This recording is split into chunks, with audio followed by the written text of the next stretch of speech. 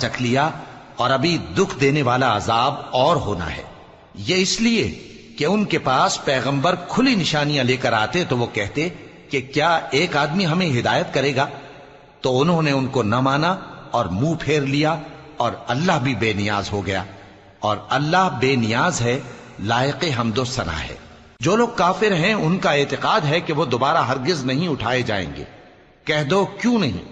میرے پروردگار کی قسم تم ضرور اٹھائے جاؤ گے، پھر جو کام تم کرتے رہے ہو وہ تمہیں بتائے جائیں گے، اور یہ بات اللہ کو آسان ہے۔ تو اللہ پر اور اس کے رسول صلی اللہ علیہ وآلہ وسلم پر اور اس نور یعنی قرآن پر جو ہم نے نازل فرمایا ہے ایمان لاؤ، اور اللہ تمہارے سب اعمال سے خبردار ہے۔